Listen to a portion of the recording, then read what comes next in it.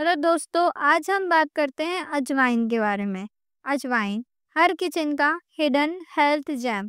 पेट दर्द या गैस है तो एक चम्मच अजवाइन और काला नमक मिलाकर खाओ।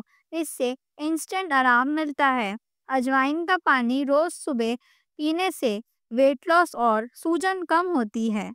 कफ है तो अजवाइन को कपड़े में गरम करो और चेस्ट पर रखो। इससे आराम मिलता है। अजवाइन है छोटी सी चीज, लेकिन काम है बड़े। सेव करो और अपनी फैमिली के साथ शेयर जरूर करो। Thank you.